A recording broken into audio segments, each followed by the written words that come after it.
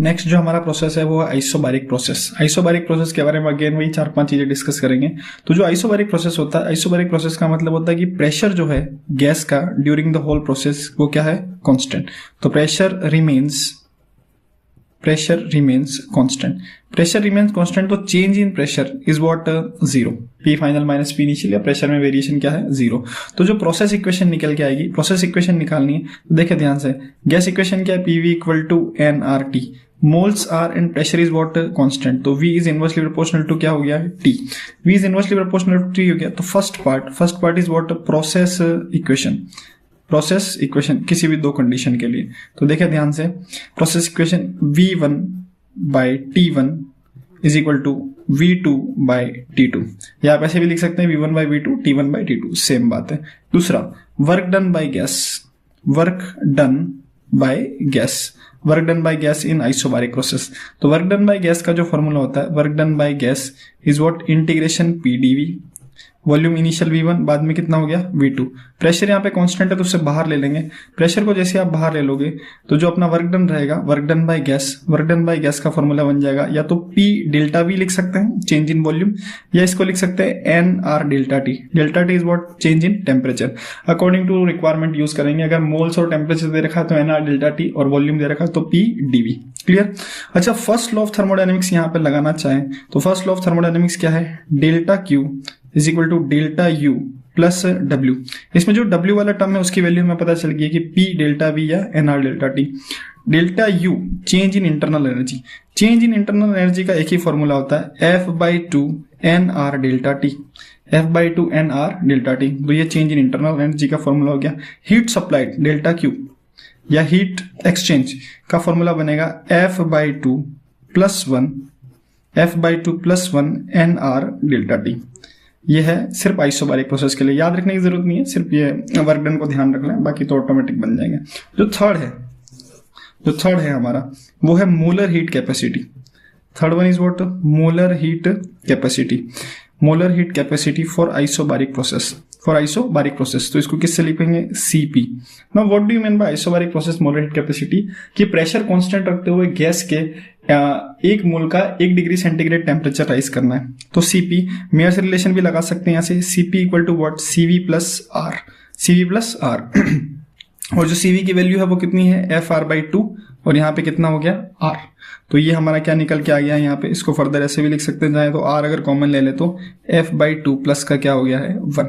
Molar heat capacity for isobaric process. और detail में देखते हैं, कुछ टर्म और भी निकाल लेते हैं, जैसे कि बल्क मॉडुलस। तो नेक्स्ट जो हमारा डिफाइंड रहेगा वो रहेगा बल्क मॉडुलस को किससे रिप्रेजेंट करते हैं, बीटा। और जो बल्क मॉडुलस बीटा की वैल्यू होती है वो होती है shear stress upon shear strain. तो delta P divided by minus delta V by V। अब देखें, अगर आइसोबारिक प्रोसेस है तो delta P change in pressure, D की टर्म में लिखना है तो dP माइनस का V divide by dV। dP की वैल्यू कितनी हो गई है, 0, तो minus V 0 divide by dV। तो ये कितना निकल के आ गया, 0। तो बल्क मॉडुलस की वैल्यू जो होती है आइसोबारिक प्रोसेस में वो कितनी निकल के आती है, 0। कुछ और भी डिफाइन कर सकते हैं, कोफिशिएंट ऑफ वॉल्यूम एक्सपेंशन, तो उसको भी लिख लेते हैं, कोफिशिएंट ऑफ वॉल्यूम या वॉल्यूमेट्रिक एक्सपेंशन, गामा और गामा V। इसका जो फॉर्मूला होता है वो होता है 1/V dV बाय dt, या delta V by delta T भी लिख सकते हैं। देखिए ध्यान से, यहाँ पे कोफिशिएंट ऑफ वॉल्यूमेट्रिक एक्सपेंशन निकालना है हमें, तो gamma V equal to 1/V dV by dt। जो हमारे इक्वेशन चल रही है आइसोबारिक प्रोसेस के लिए, इक्वेशन क्या चल रही है, PV equal to nRT। Now volume is constant, so V equal to nRT divide by P। इस V को डिफरेंशिएट करो, V को डिफरेंशिएट करेंगे टेम्परेचर के रिस्पेक्ट में, तो निकल के आएगा dV by dt। nR and P is constant, तो nR, और यहाँ पे क्या आ गया, P। क्लियर, सिंपल डिफरेंशिएशन करें, dV बाई dt। इसको पुट करेंगे तो gamma V is equal to 1/V delta V by delta T की जगह लिखेंगे NR बाई P। ये बात समझ में आ रही है। तो इसको फाइनली सॉल्व करेंगे तो ये कितना निकल के आएगा, 1/T। तो ये ध्यान रख सकते हैं कि coefficient of volumetric expansion for isobaric process क्या होता है, 1/टेम्परेचर। इसमें भी अगेन ग्राफ बनाए जा सकते हैं, देखते हैं ग्राफ क्या है। पूरे प्रोसेस में जो हमारा प्रेशर है, प्रेशर को क्या रखा गया है, कांस्टेंट। तो प्रेशर के साथ किसी का भी ग्राफ बनाएंगे तो ABCDEF, देखें ध्यान से इधर। अगर मैं यहां लेता हूं वॉल्यूम और यहां लेता हूं प्रेशर, तो प्रेशर कांस्टेंट है तो प्रेशर में स्ट्रेट लाइन बन जाएगी, ठीक है। अगर मैं लेता हूं टेम्परेचर और प्रेशर, यहां मैंने ले लिया प्रेशर और यहां ले लिया टेम्परेचर, किसी भी एक्सिस पे ले लो कोई फर्क नहीं पड़ता। प्रेशर अगेन यहां भी क्या है, कांस्टेंट। ये बात समझ में आ रही क्या? लेकिन अगर मैं ग्राफ बनाऊं volume and temperature, volume and temperature, इस एक्सिस पे मैंने ले लिया लेट अस सपोज वॉल्यूम और यहाँ पे मैंने ले लिया टेम्परेचर। तो देखिए ध्यान से गैस इक्वेशन कैसे चल रही है।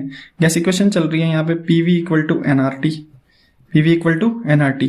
जो प्रेशर है वो कांस्टेंट है तो V इक्वल टू NRP और यहाँ पे क्या आ गया T। देखिए ध्यान से, ये हो गया Y, ये हो गया X और ये स्लोप क्या हो गई है M। तो जो स्लोप है उसकी वैल्यू क्या है, NR/P, NR/P। Same to same ऐसा लास्ट टाइम भी हुआ था, उसमें था NR/V। तो देखें ध्यान से, इसको ड्रॉ करेंगे तो कैसी बनेगी, स्ट्रेट लाइन। और C नहीं है यहाँ पे तो straight line is passing from what, origin. यहाँ डॉट डॉट डॉट बनाते हैं क्योंकि जीरो प्रेशर जैसी कोई भी चीज नहीं है, सॉरी जीरो टेम्परेचर जैसी यहाँ पे कोई भी चीज नहीं है। अच्छा, स्लोप के बारे में फर्दर बात करें तो slope M is equal to NR/P। मतलब स्लोप जो है, या स्लोप को अपन tan थीटा भी बोलते हैं, तो tan theta is inversely proportional to क्या है, pressure. Keep in mind that thing. Okay, जिसकी स्लोप थीटा, इस थीटा की बात चल रही है।